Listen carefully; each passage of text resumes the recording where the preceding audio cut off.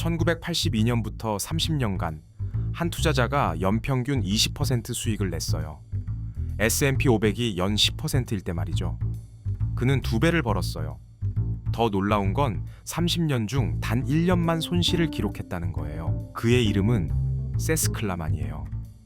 1982년 2,700만 달러로 시작한 보포스트 그룹을 280억 달러로 키웠죠. 1000배 넘게 성장한 거예요. 2008년 금융위기 때가 진짜 놀라워요. 대부분의 헤지펀드가 30-40% 손실을 냈을 때 클라만은 오히려 25% 수익을 냈거든요.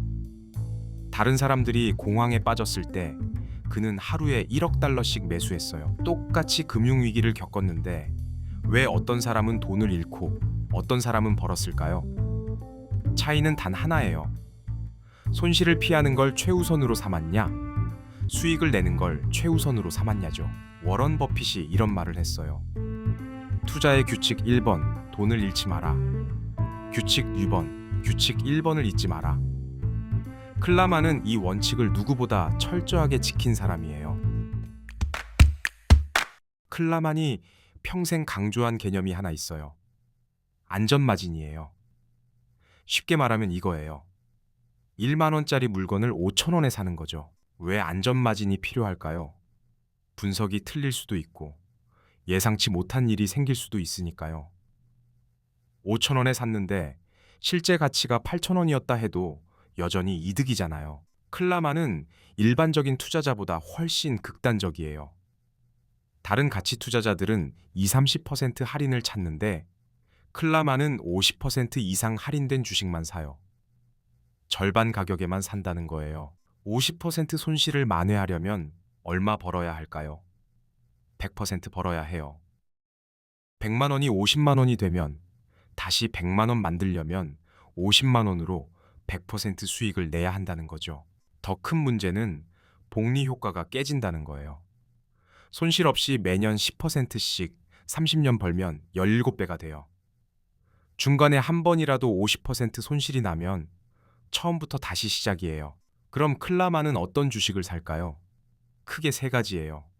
부실 채권, 파산 직전 기업, 시장 공황으로 폭락한 우량주죠. 공통점은 다 극단적으로 싸다는 거예요. 2008년 리먼 브라더스가 파산했을 때 모두가 금융권 채권을 팔았어요. 클라만은 정반대로 했죠. 리먼 브라더스 채권을 65센트에 사서 80센트에 팔았어요. 몇 달 만에 23% 수익이었죠. CIT 그룹이라는 금융회사도 있었어요.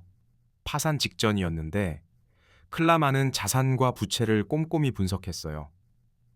채권을 65센트에 사서 15% 수익률을 받았죠. 2008년 당시 많은 헤지펀드가 마진콜에 걸렸어요. 팔고 싶지 않아도 팔아야 했죠. 클라만은 그때를 기다렸어요. 강제 매도가 최고의 기회거든요. 클라만은 평소에 현금을 50% 이상 보유해요.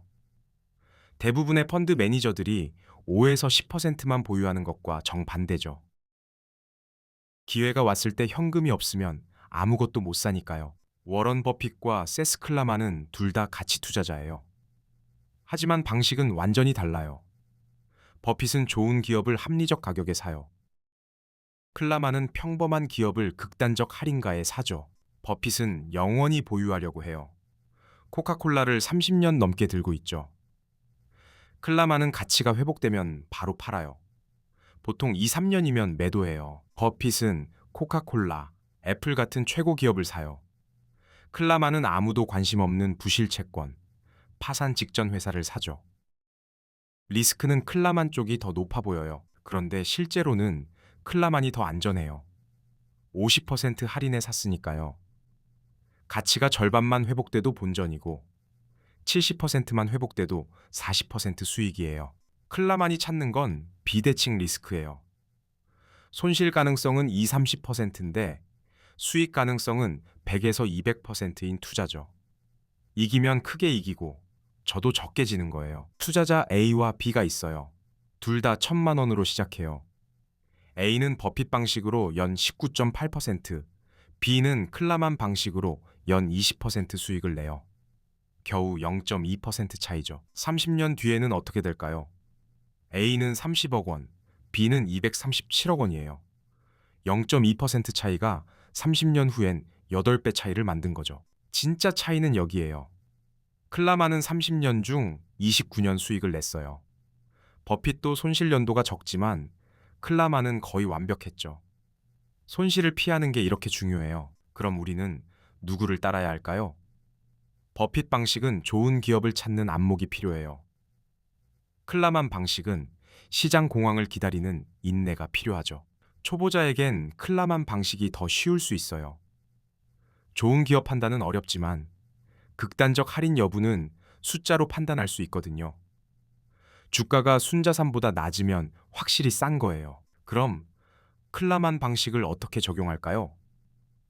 오늘 당장 할 수 있는 5단계 체크리스트를 드릴게요. 첫 번째, 투자 자금의 50%는 현금으로 보유하세요. 기회는 예고 없이 와요. 2008년 금융위기, 2020년 코로나 팬데믹처럼요. 현금이 있어야 살 수 있어요. 두 번째, 시장 위기를 모니터링하세요. 경제 뉴스에서 공황, 폭락, 패닉이라는 단어가 나올 때가 바로 그때예요. 모두가 두려워할 때가 기회예요. 세 번째, 주가 순 자산 비율 PBR이 1 이하인 주식을 찾으세요. 쉽게 말하면 회사의 순자산보다 주가가 낮다는 거예요.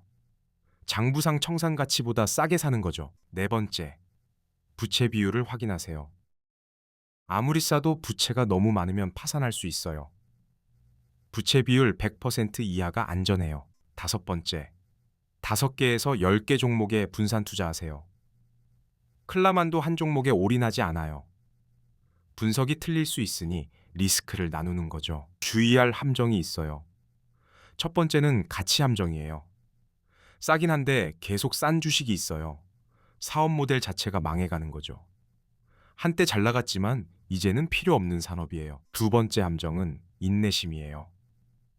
클라만 방식은 기다림의 연속이에요. 50% 할인이 나올 때까지 기다리고 산 후에도 가치 회복까지 2, 3년 기다려야 해요. 세 번째 함정은 공포예요. 시장 공황 때 매수하는 건 정말 어려워요. 뉴스에선 세상이 끝난다고 하고 주변 사람들은 다 팔거든요. 혼자 사려면 엄청난 용기가 필요해요. 이 함정들을 피하려면 사전 계획이 필요해요. 지금 미리 매수 기준을 정해놓는 거예요. PBR 0.8 이하, 부채 비율 100% 이하 같은 식으로요. 위기가 왔을 때 감정 없이 기계적으로 실행하는 거죠. 역사적으로 시장 공황은 10년에 한 번씩 와요. 1987년 블랙먼데이, 1998년 아시아 금융위기, 2000년 닷컴 버블, 2008년 금융위기, 2020년 코로나죠. 다음 위기도 반드시 와요. 2020년 코로나 때를 봐요. 3월에 코스피가 1400선까지 떨어졌어요. 그때 PBR 1 이하 주식이 수두룩했죠. 삼성전자도 4만 원대였어요. 1년 후엔 8만 원이었고요.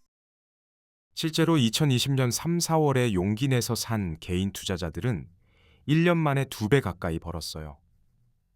전문가 아니어도 가능했던 거죠. 클라만 방식에서 가장 중요한 건 장기 관점이에요. 1, 2년 수익률은 들쭉날쭉해요. 하지만 10년, 20년 보면 시장을 이긴 확률이 압도적으로 높아져요. 클라만도 실패는 있었어요. 2014년부터 2024년까지 10년간 연평균 4%밖에 못 벌었거든요. 이유는 극단적 할인 기회가 거의 없었기 때문이에요. 시장이 계속 고평가 상태였죠. 이게 클라만 방식의 한계예요. 시장이 정상적일 땐 기회가 없어요. 현금만 들고 기다려야 하죠. 그 기간이 10년이 될 수도 있어요. 하지만 위기가 오면 폭발적이에요. 2008년 25% 수익, 2010년 37% 수익을 냈거든요. 10년 기다려서 1, 2년 만에 다 회복하는 거죠. 초보자는 혼합 전략이 좋아요. 평소엔 인덱스 펀드로 시장 수익을 따라가고 투자금의 3, 40%는 현금으로 비축하는 거예요. 위기가 오면 그 현금으로 PBR 1 이하 주식을 사는 거죠. 완벽하게 클라만처럼 할 필요는 없어요. 10년에 한 번 위기 때 한 번만 제대로 사도 장기 수익률이 크게 올라가요. 나머지 9년은 그냥 시장 수익만 따라가도 충분해요. 다음 위기는 언제 올까요? 아무도 몰라요. 하지만 반드시 와요. 그때를 대비해서 지금부터 현금을 모으고 매수 기준을 정해두세요. 준비된 사람만 기회를 잡아요. 정리하면 이거예요. 첫째, 손실을 피하는 게 수익보다 중요해요. 둘째, 안전마진 50% 이상 확보하세요. 셋째, 현금을 비축하고 위기를 기다리세요. 이 세 가지만 기억하면 돼요. 클라만은 평범한 사람도 위기 때 기회를 잡을 수 있다고 믿었어요. 전문가들은 마진콜과 환매 압박에 시달리지만 당신은 자유로우니까요. 2008년, 2020년처럼 모두가 공포에 떨 때 용기를 내세요. 당신은 매일 뉴스를 보고 경제를 공부하잖아요. 그게 준비예요. 다음 위기는 공포가 아니라 기회가 될 거예요.